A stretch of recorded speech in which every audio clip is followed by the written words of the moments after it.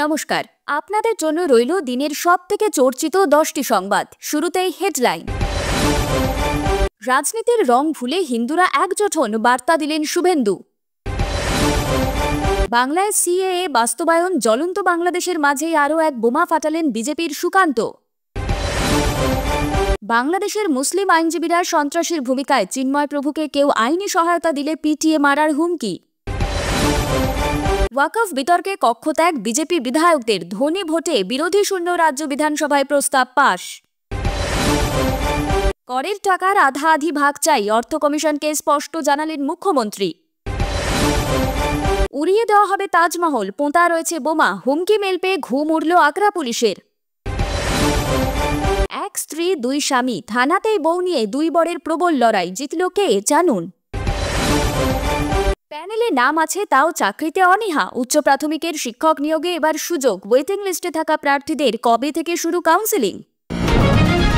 নিয়মিত দিনের সেরা এবং নির্ভুল খবর পেতে সাবস্ক্রাইব করুন আজকের বাংলা সংবাদ চ্যানেলটিকে। আসছি খবরের বিস্তারিত নিয়ে। বাংলাদেশে চলছে অস্থির পরিস্থিতি। অভিযোগ আসছে সেখানে সংখ্যালঘুদের উপর অত্যাচার করা হচ্ছে। প্রভাব পড়েছে এ রাজ্যেও। এবার হিন্দুদের ঐক্যবদ্ধ হওয়ার বার্তা দিলেন বিধানসভার বিরোধী দলনেতা শুভেন্দু অধিকারী। তিনি আবেদন করেছেন প্রত্যেক হিন্দু যাতে রাজনীতির রং ভুলে ঐক্যবদ্ধ হয়ে প্রতিবাদে সামিল হয়। শুভেন্দু অধিকারী বলেন, মানবাধিকার লঙ্ঘিত হয়েছে। ইসকনের পক্ষ থেকে যারা গোটা পৃথিবীব্যাপী ছড়িয়ে আছেন তাদের ভয়ঙ্করভাবে রিয়্যাক্ট করা উচিত। বাংলাদেশে হামাস, আইএস, তালিবানের থেকেও খারাপ একটি জঙ্গিবাদ কাজ করছে বলে এদিন জানান বিধানসভার বিরোধী দলনেতা। তিনি বলেন, সন্ন্যাসীদের আইনজীবীদের মৃত্যুর মুখে ফেলা হচ্ছে, নয়তো গ্রেফতার করা হচ্ছে। গোটা পৃথিবীর হিন্দুদের সময় হয়েছে রাজনীতির রং ভুলে ঐক্যবদ্ধ হওয়া। একই সঙ্গে সে দেশের পরিস্থিতি নিয়ন্ত্রণে আন্তর্জাতিক মানবাধিকার কমিশনের হস্তক্ষেপ দাবি করেছেন শুভেন্দু অধিকারী। উল্লেখ্য, সন্ন্যাসী চিন্ময় কৃষ্ণ দাসের গ্রেপ্তারির পর থেকে নতুন করে উত্তপ্ত হয়েছে বাংলাদেশ। হিন্দুদের উপর যখন অত্যাচার হচ্ছে সেই আবহে ফের পিছিয়ে গিয়েছে চিন্ময় কৃষ্ণ দাসের জামিন মামলা। আদালতে কোনো আইনজীবী উপস্থিত না হওয়ায় পিছিয়ে গিয়েছে সেই মামলা। পরবর্তী শুনানির দিন ধার্য করা হয়েছে আগামী বছরের 2রা জানুয়ারি। অর্থাৎ প্রায় 1 মাস ধরে জেল থেকে মুক্তি পাওয়ার কোনো সম্ভাবনা নেই সেই সন্ন্যাসীর। অপরদিকে ইসকনের তরফে জানানো হয়েছে, যারা মামলায় চিন্ময় দাসের হয়ে দাঁড়িয়েছেন তাদের প্রায় সকলকেই বিভিন্ন মামলায় অভিযুক্ত হিসাবে জড়িয়ে দেওয়া হয়েছে। অনেকেই গ্রেফতার হয়েছেন বলেও খবর। কেন্দ্রীয় মন্ত্রী ও বিজেপি নেতা সুকান্ত মজুমদার বাংলাদেশ ইস্যু নিয়ে এবার মুখ খুললেন। তিনি বলেছেন, বাংলাদেশে যা ঘটছে তা নিয়ে সারা বিশ্বে আলোচনা হচ্ছে। গোটা বিশ্বের উচিত এর বিরুদ্ধে সোচ্চার হওয়া। কয়েকদিন আগে হিন্দুদের বাড়িতে হামলা হয়েছে, বেলডাঙায় অগ্নিসংযোগ করা হয়েছিল। পশ্চিমবঙ্গের পুলিশ কি করছে? পশ্চিমবঙ্গে সিএএ কার্যকর হতে দিচ্ছেন না মমতা বন্দ্যোপাধ্যায়। সিএএ পশ্চিমবঙ্গে আসা হিন্দুদের জন্য। আজ তিনি বলছেন সেখান থেকে অর্থাৎ বাংলাদেশ হিন্দুদের এখানে আসা উচিত। প্রথমত তাকে রাজ্যে সিএএ বাস্তবায়নের অনুমতি দেওয়া উচিত। এটা ডাবল স্ট্যান্ডার্ড। বাংলাদেশের শাসন ক্ষমতা জবে থেকে কাতার ভিত্তিক সন্ত্রাসী সংগঠন হিজবুত তাহরির, বাংলাদেশের সন্ত্রাসী সংগঠন জামাত ইসলাম এবং রাজনৈতিক দলের আড়ালে সন্ত্রাসী কর্মকাণ্ড চালিয়ে যাওয়া বাংলাদেশ ন্যাশনাল পার্টি বা বিএনপির মতন গোষ্ঠীগুলির হাতে এসেছে, তখন থেকে বাংলাদেশের মুসলিমদের আসল স্বরূপ সামনে আসতে শুরু করেছে। শাসন ক্ষমতা হাতে পেয়ে তারা এখন ভারতের 7 সিস্টার্স এবং পশ্চিমবঙ্গকে নিয়ে বৃহত্তর বাংলাদেশ গড়ার স্বপ্ন দেখছে। বাংলাদেশের চট্টগ্রামের মেট্রোপলিটন আদালতের মুসলিম আইনজীবীরাও কার্যত ইসলামী সন্ত্রাসীদের মতন আচরণ শুরু করে দিয়েছে। চট্টগ্রাম আদালতের আইনজীবীদের একটা ভিডিও ভাইরাল হয়েছে সামাজিক যোগাযোগ মাধ্যমে। ভিডিওতে এক বৃদ্ধ জিহাদি আইনজীবীকে বলতে শোনা গেছে, ইসকনের এই জঙ্গি সংগঠনের নেতা এই চিন্ময় দাসকে যতক্ষণ না পর্যন্ত আলিফ হত্যা মামলায় আসামি করা হবে না, আইনজীবীদের আন্দোলন ততক্ষণ পর্যন্তও চলবে।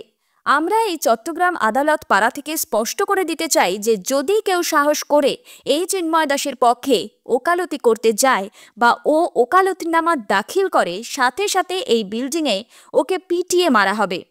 যদিও এখানে ভাষা স্পষ্ট বোঝা যায়নি। তার এই বক্তব্যের পর বাকি জিহাদি আইনজীবীদের উল্লাসে ফেটে পড়তে দেখা যায়।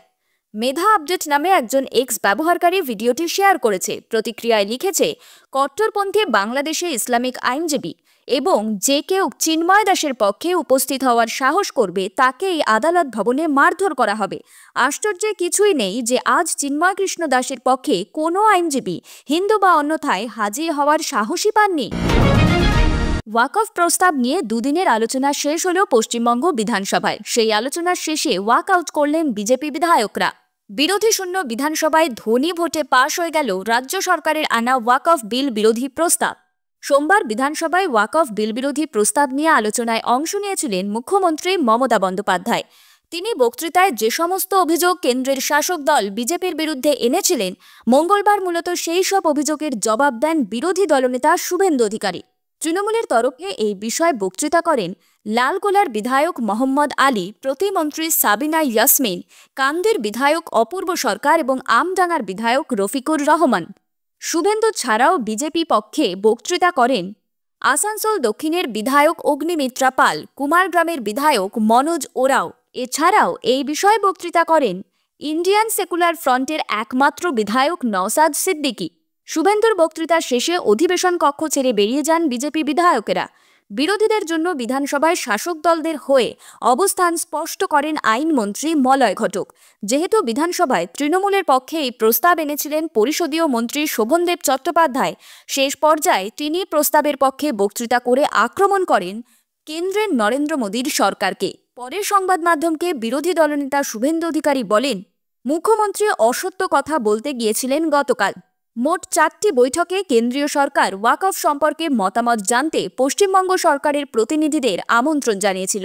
4টির মধ্যে কেবল 2টি মাত্র বৈঠকে প্রতিনিধিরা হাজির হলেও কোনো মতামত দেননি। আর বিধানসভায় এই সংক্রান্ত আলোচনা অর্থহীন।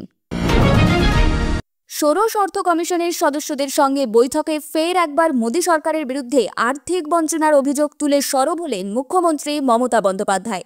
সেই সঙ্গে করের টাকার অর্ধেক ভাগাভাগিরও দাবি জানিয়েছেন তিনি, যদিও বিষয়টি তাঁদের এখতিয়ারভুক্ত নয় জানিয়ে দায় এড়ানোর চেষ্টা চালিয়েছেন অর্থ কমিশনের প্রতিনিধিরা। মুখ্যমন্ত্রীর সঙ্গে বৈঠক করতে মঙ্গলবার অর্থাৎ 3রা ডিসেম্বর দুপুর 12:30 নাগাদ নবান্নে পৌঁছন অর্থ কমিশনের সদস্যরা। নবান্ন সভাঘরে শুরু হয় বৈঠক। মুখ্যমন্ত্রী ছাড়াও রাজ্য সরকারের তরফে ছিলেন 12 জন মন্ত্রী। সূত্রের খবর, বৈঠকে অর্থ কমিশনের কাছে কেন্দ্রীয় বঞ্চনা নিয়ে সরব হন মুখ্যমন্ত্রী। বিভিন্ন তথ্য তুলে ধরে বলেন, দেশের সব রাজ্যের মধ্যে বাংলা কৃষিতে 1 নম্বর, আলু চাষে 2 নম্বর, সবজি উৎপাদনে 1 নম্বর। তারপরেও কেন্দ্রীয় সাহায্য থেকে বঞ্চিত হচ্ছে। সড়ক যোজনা নিয়ে গত কয়েক বছর ধরেই কেন্দ্র রাজ্য সংঘাত চলছে। ওই প্রসঙ্গ উত্থাপন করে অভিযোগের সুরে মমতা বলেন, রাস্তা করার টাকা এখনো দেওয়া হয়নি, আমরা নিজেদের টাকাতেই রাস্তা করছি। 100 দিনের কাজের টাকাও দেওয়া হয়নি। কেন্দ্রীয় বঞ্চনার পর 100 দিনের কাজে নিযুক্ত কর্মীদের নিয়ে রাজ্য নিজস্ব প্রকল্প চালু করেছে। সেই কর্মশ্রী প্রকল্পে শ্রমিকদের পুরো মজুরি মেটাচ্ছে রাজ্য। আবাস যোজনার কিছুই দেওয়া হয়নি। 12 লক্ষেরও বেশি মানুষ বঞ্চিত। হিন্দুদের কাছে অত্যন্ত পবিত্র গঙ্গাসাগর মেলাকে জাতীয় মেলা হিসাবে স্বীকৃতি না দেওয়া নিয়েও ক্ষোভ উগরে দেন মুখ্যমন্ত্রী। কেন্দ্রের কাছ থেকে বকেয়া পাওনার পাশাপাশি নিয়মিত আর্থিক সাহায্য পেলে সামাজিক প্রকল্পগুলি ভালোভাবে এগিয়ে নিয়ে যাওয়া যাবে বলেও অভিমত ব্যক্ত করেন মমতা বন্দ্যোপাধ্যায়। যদিও অর্থ কমিশনের প্রতিনিধিরা জানান, তারা শুধুমাত্র করের অর্থের বিষয়টি দেখভাল করেন। কেন্দ্রীয় বকেয়া বা কেন্দ্র থেকে প্রাপ্ত টাকা রাজ্যকে দেওয়া তাদের আওতাভুক্ত নয়। তবে কেন্দ্রের কাছে রাজ্যের এই বার্তা পৌঁছে দেবেন। এরপরেই করের টাকা 50:50 অনুপাতে ভাগ করার দাবি জানান মুখ্যমন্ত্রী। তার কথায়, রাজ্য থেকেই কেন্দ্র কর আদায় করে, অথচ রাজ্যকে মাত্র 41% হারে টাকা দেয়। এবার বাড়িয়ে তা 50% করা হোক। আগ্রার তাজমহল উড়িয়ে দেওয়ার হুমকি দিয়ে একটি মেল আসে। তাজমহলকে বোমা হামলার হুমকি দেওয়ার পরেই চাঞ্চল্য ছড়িয়ে পড়ে। ইমেল পাওয়ার পরে নিরাপত্তা সংস্থাগুলিকে সতর্ক করা হয়। তাদের নিরাপত্তা ব্যবস্থাও আরও জোরদার করা হয়। সেই সঙ্গে বোমা নিষ্ক্রিয়করণ স্কোয়াড ও ডগ স্কোয়াডও এখানে পৌঁছে যায়। এই তদন্তের সময় পর্যটকদের মধ্যে যাতে কোনো আতঙ্ক বা গুজব ছড়িয়ে না পড়ে সেদিকেও নজর রাখা হয়। ইমেলের মাধ্যমে হুমকি পাঠানো হয়েছে। তাজমহলে বোমা হামলার হুমকিমূলক ইমেল পাওয়ার পর তাজে পুলিশকে সতর্ক করা হয়েছে। বোমা নিষ্ক্রিয়কারী স্কোয়াড এবং অন্যান্য দল এসে তদন্তে নিয়োজিত হয়েছে। ডিসিপি সিটি সুরজ রায় জানিয়েছেন, তাজমহলের চারপাশে ইতিমধ্যেই নিরাপত্তা রয়েছে। এটি আরও জোরদার করা হয়েছে, চেকিং করা হচ্ছে। কোনো প্রকার সন্দেহজনক বস্তু এখনও পাওয়া যায়নি। ইমেল তদন্ত করা হচ্ছে। ডিসিপি সিটি সুরাজ রায় বলেছেন, কে হুমকি মেলটি পাঠিয়েছে এবং কোথা থেকে এসেছে তা নিয়েও তদন্ত করা হচ্ছে। পুলিশ সম্পূর্ণ সতর্ক রয়েছে। কাজের প্রতিটি কোণে নজরদারি করা হচ্ছে। পর্যটন বিভাগে ইমেলটি পেয়েছে। এরই ভিত্তিতে তাজগঞ্জ থানায় একটি মামলা দায়ের করা হয়েছে। আরও তদন্ত চলছে। এসিপি তাজ সিকিউরিটি সৈয়দ আরিফ আহমেদ সংবাদ সংস্থা এএনআইকে বলেন, উল্লেখ্য, সাম্প্রতিক মাসগুলিতে ফ্লাইট, স্কুল এবং অন্যান্য সরকারি প্রতিষ্ঠানগুলিকে লক্ষ্য করে ভুয়ো বোমা হুমকির ঘটনা বেড়েছে। সরকারি তথ্য অনুসারে কেবলমাত্র দেশীয় বিমান সংস্থাগুলি 2024 সালের জানুয়ারি থেকে 13ই নভেম্বরের মধ্যে প্রায় 1000 ভুয়ো বোমা হুমকির খবর পেয়েছে।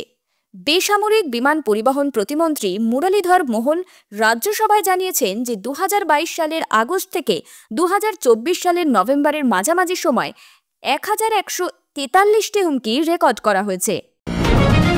মধ্যপ্রদেশের বালাঘাটে একটি মেয়ে 2 মাসের মধ্যে 2টি বিয়ে করেছে। যখন প্রথম স্বামী তার স্ত্রীর খোঁজ পাচ্ছিল না, তখন তিনি পুলিশে অভিযোগ করতে চান। পুলিশ যখন মেয়েটিকে খুঁজে বের করে, তখন জানা যায় সে দ্বিতীয় বিয়েটিও করেছে। এই ঘটনার পর এখন 2 স্বামী তাদের স্ত্রীর জন্য পুলিশের কাছে শরণাপন্ন হয়েছেন।